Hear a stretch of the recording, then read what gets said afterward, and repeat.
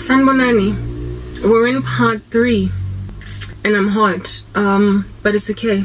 Gashis. Yeah, so I was talking about this like strange issue. It's a two-way street. I'm a Christian woman, and in God, very clear in the scriptures that I'm not to be teaching men. I, however, am thoroughly aware that men come here, anyway, they gather around, and I'm like, okay, whatever. Sharp dude, women are here too, naturally, so I shall address this dynamic. It's pandemonious, it's cantankerous, it's a whirlwind, and everybody is twisting in it, and they hakuna muntu prasipos otiho magu raselwa in the whirlwind. Puman, find safety shelter. Telwa kidi tamati li ditapole kidi cherry banna be bazama home shela, and I'm like, yo, point. Sike go latlhegelwa ke point. Yes, guys, I'm wasting time. Ni feel ngathi ngisinya nako. I'm exhausted with this country. I've been here for an entire 38 years, and I have become obsessed with the prospect of the rapture, because I don't want to fight this fight anymore. I don't want to live in another country, because why should I have to run away from a bunch of miscreants? Bekelo phela bophelo bo ksala bo tlhaloganyeng, bekelo phela bophelo bo sa bo kisabo beko boxa khone ho relate le bona ke sa khone go walk in the nuances tsa mo South African. I've never wanted to leave this country. I always knew that even if I traveled extensively abroad, I would always come back home. I would always literally be in South Africa. I would never choose to live in another country. Even when I was applying for jobs, I on like Career Junction or whatever, I would always untick or leave unticked the option willing to relocate, because I literally wasn't willing even to go sebenza for the sake of career in another country. Uguzi booster. That's how much I was so patriotic and happy to stay in my nation, especially when I'm in Johannesburg. I just was never gonna leave, and never, like, do you understand? Never. Holiday maybe, get somewhere, Peru, but go there for months on end, go pila corner, even work there for 2 years, never. I would never have accepted an assignment to work in a different land. And I have mad respect for people who can leave their country like that, but I've always just had a grand affection for South Africa and South Africanness. And when it comes to Lenyalo, when I went to God, knees and everything on the floor bashing, and I was like, yo, mina God, I want a guy, Wamona, he has to be South African, because I want a guy with whom I can speak all our languages. You know, our Fanagalo mixed masala languages. Oto understand Forstan, le mixing in Africans. I want a dude from the Kasi. A dude, a black guy. It has to be a black guy from South Africa, for the reasons that he understands black culture and our languages. I don't want to be always speaking English in a marriage, because my husband doesn't understand my language. I want to be and haki kwatile tshwantse nna ke ntshe segwa yo bathong o chikana ka segwa is just like, leave me alone, that has more power. You get my point. So I wanted a dude that was from here. That's what's good. Ideally from Soweto, but really it doesn't matter, all across Lime Gagwen. I was like, ngifuna a South African dude. Ngathi mina ngifuna umkhosa. I'm sorry if you're Xhosa, because I just had this thing yokuthi I'm a Xhosa for some strange reason. Yibo that later on come out and say, I'm sorry, I was in the closet, I've come out, now I'm gay. So I was like, I don't want to find myself like Janet Jackson in a marriage, or I think I love my wife.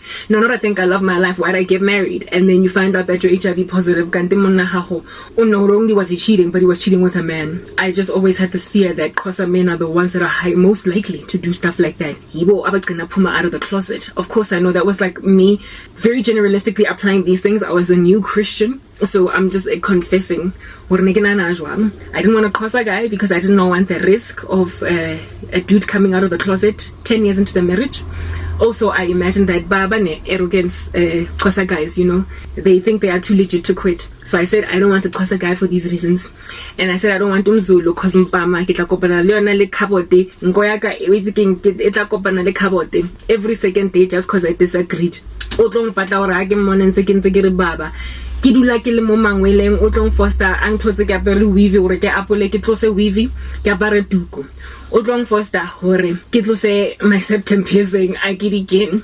So I was like, I don't want a megalomaniacal, so a heavy heart, not controlling a Zulu man who like 2 years into the marriage is also going to be like, baby, I've met Pinky and I love her, I also love you, and it would be really excellent and great if you would just accept that I'm taking a second wife, so we are going to dissolve the present common law marriage and enter into a customary one with Pinky as a second wife. Take it, you take it or leave it. And I'm like, yo, on the first divorce manje mina, but if I don't agree. So I didn't want a Zulu man for those reasons. Like, he was going to pull a Zuma on me. So I was like, I'm from Zulu, I'm from Xhosa, but everything else, all systems go. Zomthatha Ndebele, Zomthatha Mtswana, Zomthatha Msuthu, Zomthatha, etc. Those were just my mindsets, okay? Zulu men, if you can relate, if you are a polygamist, I guess I was right to dodge the bullet. Otherwise, I think I've been purified from that mindset. You know, if a Zulu dude is the Zulu dude, then hopefully he's a Zulu dude, you know, that's been purified from a Shaga Zulu tendency. Anyway, whatever. So that's what I took to God. I wanted a South African guy with a gassy flair that was ideally not Xhosa or Zulu for the reasons I've just highlighted. That was my prayer in 2011 when I got saved. Remember, I was still carnal minded, so please, Zulu men, don't walk out on some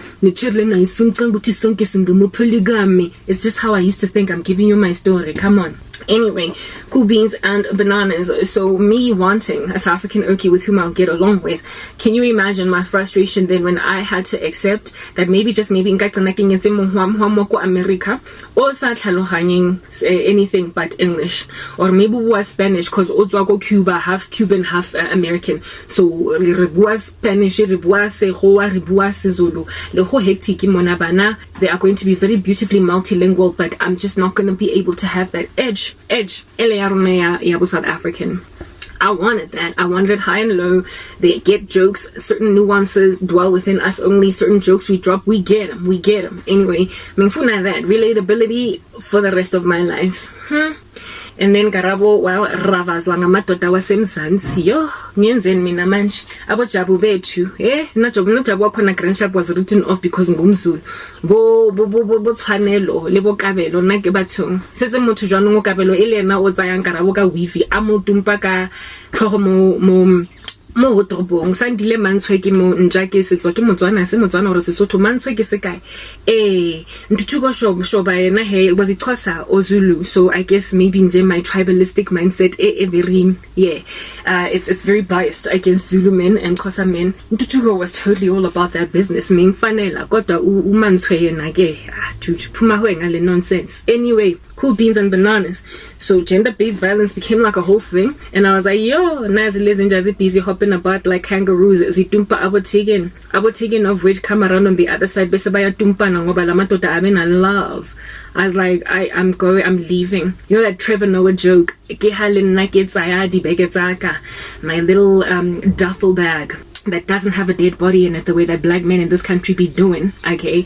And I was like, I'm going to Australia. I'm leaving. I'm going to Australia, because what am I going to do in South Africa where all of these Skabelos and all of these Petroses are out here in these streets are killing us, and because of how unloving they are, they're making women super unloving, so there's just no protection for the female. South Africa has officially been voted the worst country to live in as a woman. Those are our stats. I'm not even making this stuff up. You can't make this stuff up.